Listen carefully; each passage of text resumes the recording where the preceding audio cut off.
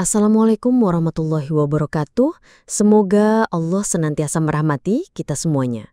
Masih bersama dengan saya, Nyi Kliwon di 5 Menit Merinding. Langsung saja, ini dia ceritanya.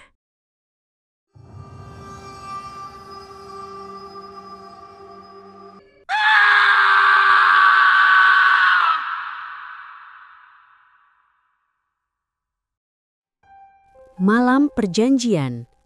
Malam Jumat Kliwon membelah pekatnya hutan Banyuwangi. Di tengah lingkaran sesajen, tubuh Sri Mulyani terbaring kaku. Aroma kemenyan dan darah menyesakan, disusul bisikan berat yang mengoyak telinga.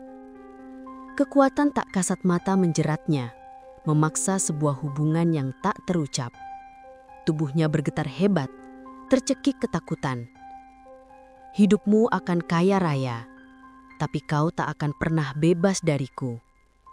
Bisik suara serak, dingin namun membakar kalbu. Sebuah erangan pilu tercekat dari bibirnya. Malam itu, ia bukan hanya kehilangan putrinya, melainkan dirinya sendiri. Ia akan menjadi penjaga pesugihan, perempuan goib yang menanti di gubuk reot, abadi dalam kepemilikan iblis. Sri Mulyani, seorang janda muda berusia awal 30-an, hidupnya bak benang kusut yang tak berujung. 2 tahun pasca kepergian suaminya, ia harus berjuang seorang diri membesarkan seorang putri semata wayangnya, Dian, yang kini terbaring lemah karena sakit parah. Batuknya tak henti-henti, tubuh mungilnya semakin kurus. Utang menggunung di mana-mana, dari warung Pak Budi hingga rentenir licik yang selalu mengintai. Rumah kecilnya di pojok kampung yang dulunya penuh tawa, kini sunyi, hanya diisi derit pintu reyot dan isak tangis Sri di malam hari. Tetangga-tetangga yang dulu ramah, kini menatapnya dengan pandangan merendahkan. Janda sial, bisik mereka. Pantas saja miskin, sudah tak punya suami, anaknya sakit-sakitan pula. Hinaan itu menancap dalam, mengoyak harga dirinya.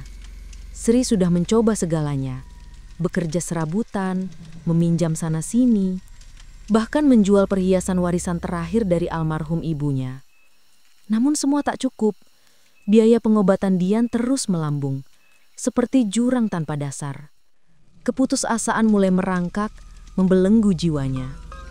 Suatu sore, saat ia termenung di tepi sungai, air mata membasahi pipi, seorang ibu tua muncul entah dari mana.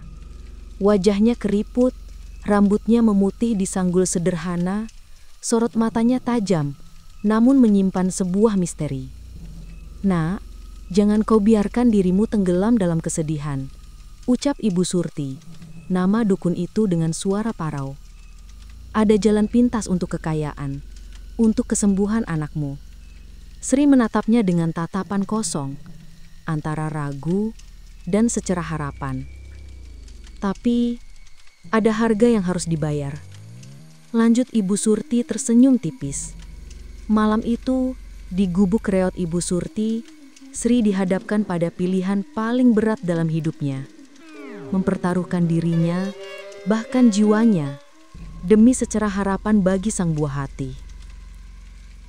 Malam itu, bulan sabit tipis mengantung di langit, seolah enggan menyaksikan. Udara terasa dingin menusuk tulang saat Sri melangkah gontai mengikuti Ibu Surti menuju sebuah gubuk tersembunyi di pinggir hutan. Aroma melati dan darah segar sudah tercium dari jauh. Di dalam gubuk, sebuah lingkaran hitam digambar di lantai tanah. Di tengahnya, sesajen lengkap tersusun rapi. Nasi tumpeng, jajanan pasar aneka warna, 7 jenis bunga, serta seekor ayam cemani hitam legam yang sudah disembelih. Ibu Surti mulai merapal mantra-mantra kuno dalam bahasa Jawa yang tak dimengerti Sri. Suaranya rendah, bergetar, namun penuh kekuatan. Tiba-tiba, dari kejauhan, sayup-sayup terdengar suara gamelan gaib, mengalun pilu, mengisi keheningan malam yang mencekam. Sri merasakan bulu kuduknya meremang. Tubuhnya bergetar tak terkendali. Mata Ibu Surti memerah, menatap kosong ke suatu titik di depannya. Dia datang, bisiknya pelan. Dari kegelapan di sudut ruangan, perlahan muncul sesosok bayangan. Mula-mula hanya siluet hitam, namun semakin lama semakin jelas. Seorang pria tampan dengan tubuh atletis berdiri tegak, memancarkan aura dingin yang mematikan. Wajahnya memesona, namun matanya merah menyala seperti bara api, dan sekilas Sri melihat sisik-sisik hitam berkilauan di kulitnya, seolah tubuhnya terbuat dari api dan kegelapan. Itulah setan Kober, sosok gaib yang akan menjadi suaminya semalaman. Ritual mencapai puncaknya. Sri dipaksa berbaring di tengah lingkaran darah. Pria itu mendekat, senyumnya iblis. Sentuhannya dingin seperti es, namun membakar jiwanya. Sebuah hubungan yang tak diinginkan, sebuah perjanjian abadi yang terukir bukan dengan tinta, melainkan dengan darah dan air mata. Sri tak bisa berontak, tubuhnya lumpuh, suaranya tercekak. Ia hanya bisa menatap langit-langit gubuk, berharap semua ini hanyalah mimpi buruk. Ketika semuanya usai, pria itu lenyap secepat ia datang. Ibu Surti tersenyum puas. "Lihatlah nak Sri," katanya sambil menunjuk telapak tangan Sri. Di sana tergeletak segumpal emas basah berkilauan di antara tetesan darah. Emas itu terasa dingin, namun janji kekayaan mulai tercium baunya. Sejak malam itu, kehidupan Sri Mulyani berubah drastis, berputar 180 derajat. Rumah reyotnya kini berdiri megah, bertingkat 2 dengan pagar besi tempah yang menjulang. Usaha catering yang ia rintis dari nol tiba-tiba melejit, pesanan tak pernah berhenti. Utang-utangnya lunas dalam sekejap mata, bahkan ia membeli mobil baru yang mengilap. Tetangga-tetangga yang dulu mencibir, kini berbondong-bondong datang, menyanjung, bahkan menjilat. "Bu Sri memang hebat, pantas sukses," puji mereka, seolah lupa dengan hinaan-hinaan di masa lalu. Namun di balik kemegahan itu, sebuah kegelapan mengintai. Setiap malam, saat rembulan menggantung tinggi, Sri tak pernah tenang. Bayangan setan Kober selalu hadir, menuntut hubungan ulang yang kini terasa seperti pemerkosaan berulang. Ia mencoba menolak, berontak, namun selalu tak berdaya. Sosok itu akan muncul, mengikatnya dengan hawa dingin yang melumpuhkan, lalu mengambil apa yang ia inginkan. Perlahan tubuh Sri mulai menunjukkan tanda-tanda aneh. Kulitnya pucat pasi, matanya seringkali memerah seperti habis menangis darah, dan nafsu makannya tak terkendali, terutama untuk daging mentah. Ia seringkali merasa lemas di siang hari, seolah energinya terkuras habis di malam hari. Dian, putrinya, memang sembuh. Tubuhnya kembali berisi, senyumnya merekah. Tapi kebahagiaan itu tak berlangsung lama. Tiba-tiba, Dian sering menangis histeris di tengah malam, menunjuk ke sudut kamarnya.